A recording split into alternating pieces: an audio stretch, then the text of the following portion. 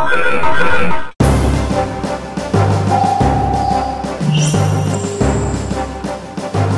Hackerness Network presents HNN Cast with your host, Space Rogue.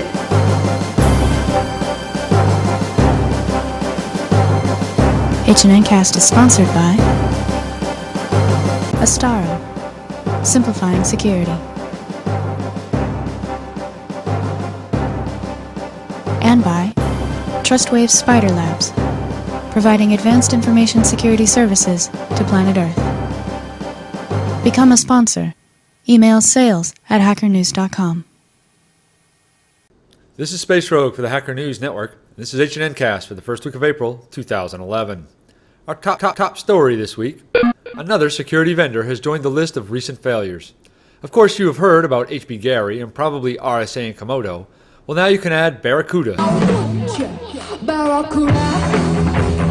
the company that produces the popular anti-spam solution by the same name, to that list.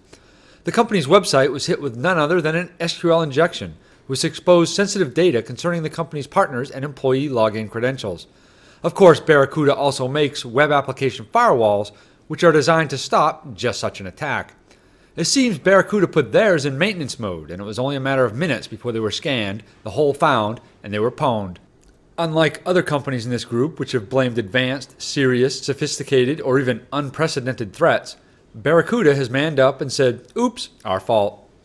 France has passed a rather draconian new law that basically outlaws hashed passwords.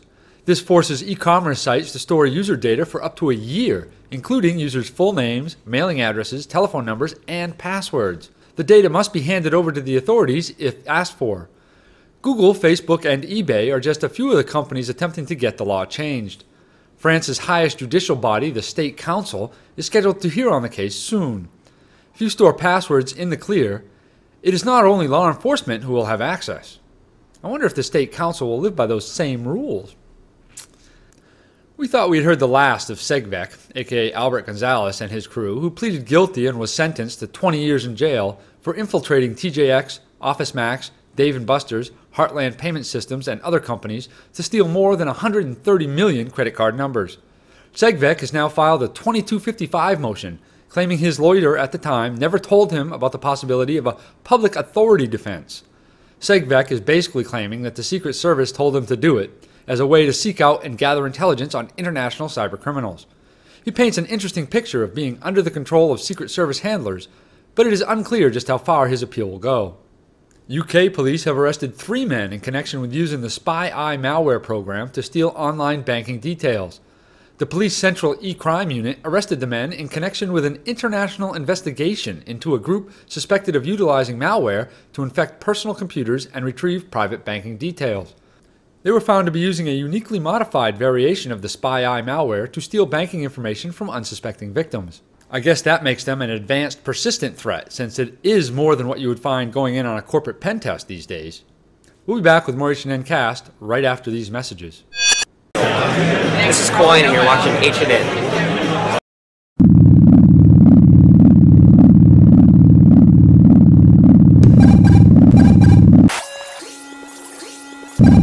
Bye.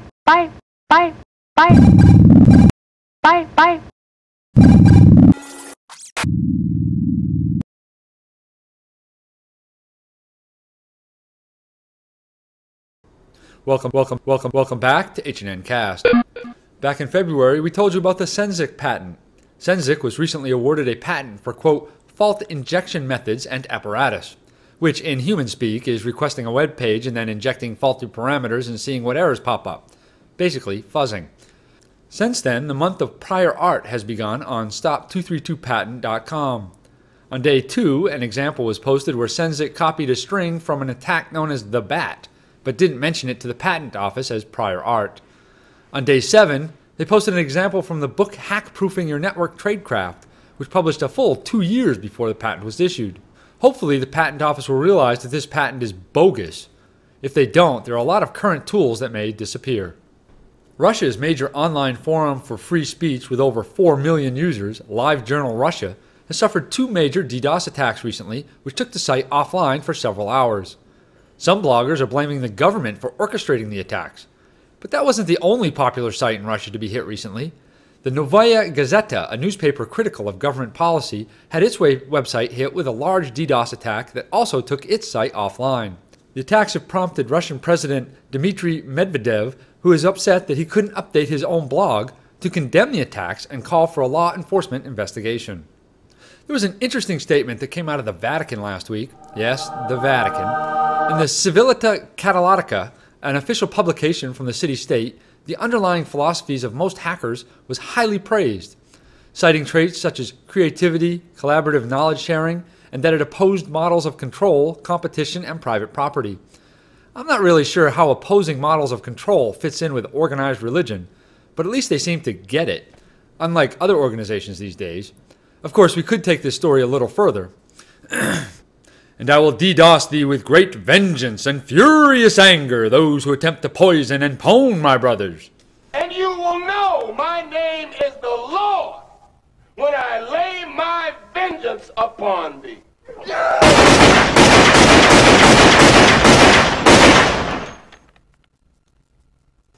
There's been another huge breach of personal information, this time at Hyundai Capital.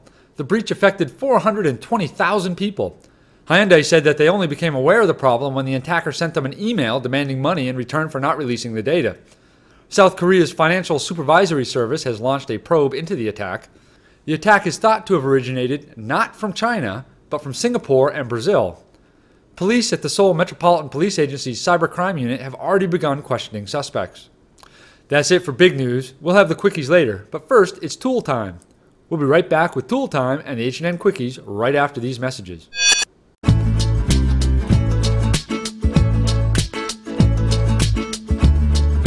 Copying is not theft. Stealing a thing leaves one less left. Copying it makes one thing more. That's what copying's for. Copying is not theft. If I copy yours, you have it too. One for me and one for you. That's what copies can do. If I steal your bicycle, you have to take the bus. But if I just copy it, there's one for each of us. Making more of a thing. That is what we call copying. Sharing ideas with everyone. That's why copying is fun.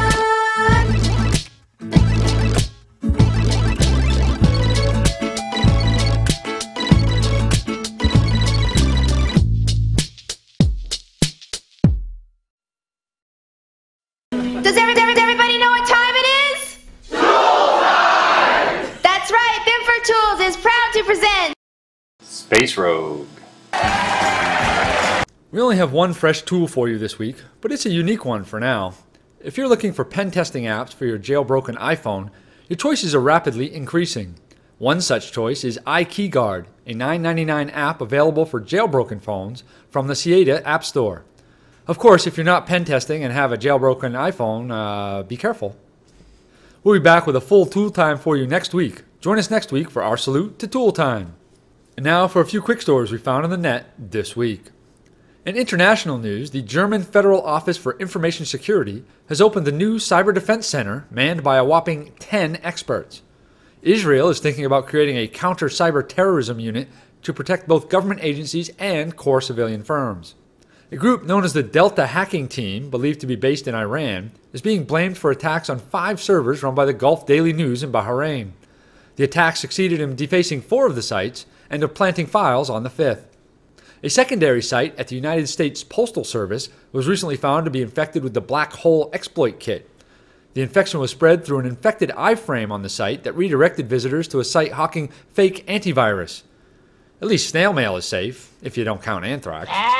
Looks like Weave, aka Andrew Arnheimer, and his partner Daniel Spittler from Goatse Security are about to enter guilty pleas for their roles in downloading lists of 120,000 iPad users from the AT&T website and then attempting to sell the information back to the company. A pair of bank employees in the UK have been arrested after they used a virus to harvest the personal details of consumers and then used to file fraudulent tax refunds and then laundering the £3.2 million through 200 fraudulent bank accounts. The pair were sentenced to 3 years and 3 months in jail. If you're running a Linksys WRT54G with the stock firmware, which is like all of 4 people, then you should know that the firmware version 7.0.1 will give up your admin password via FTP. Not good. Do you have a Ducati Duval? Yeah, neither do I. But do you want one? All you need is the 4 digits of the VIN number. The Ducati Duval doesn't use keys. Instead, it uses a 4-digit password. That's right, you guessed it, the default is the last 4 digit of the VIN. Brilliant. The Hartford Insurance Company recently found the QuakeBot Trojan on several of its servers. The company claims that only 10 customers were affected by the compromise. 10? Microsoft is setting a record again. This month, Patch Tuesday will fix the most bugs yet. 64 of them. To be fair, only a handful of those affects Windows itself, with the rest being in various applications, but still, 64 in 1 month? And that's all the quick stories we found on the net this week. That means it's time for your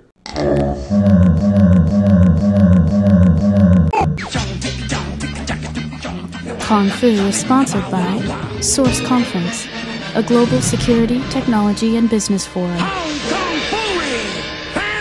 You may know SketchCow, aka Jason Scott, for one of his crazy talks at various cons, or maybe for his work with textfiles.com, or maybe one of his documentary movies, but most recently he has taken a position with the archive.org, and one of his first projects there will be to archive and save photos from HackerCons.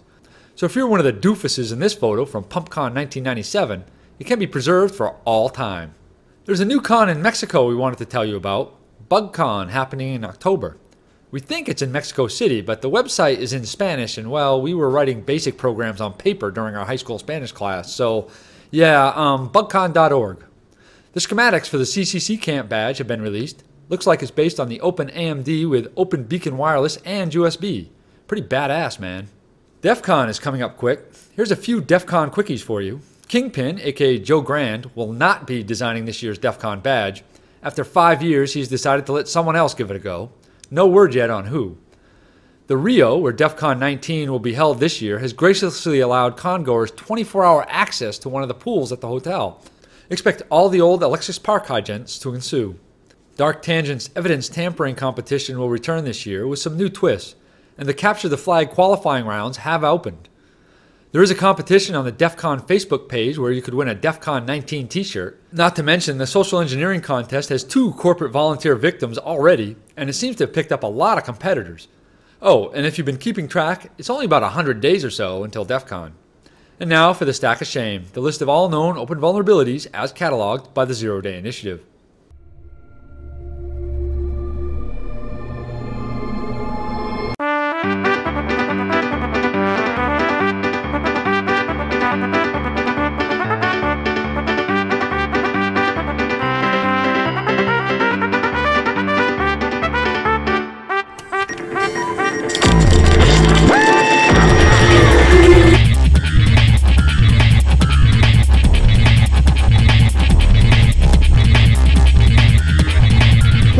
Welcome back.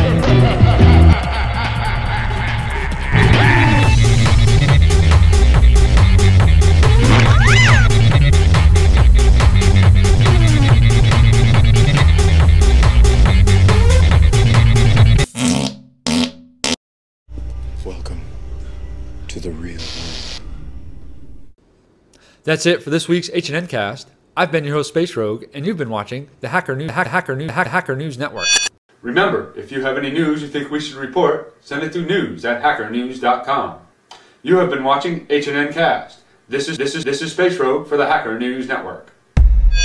Fun to do bad things.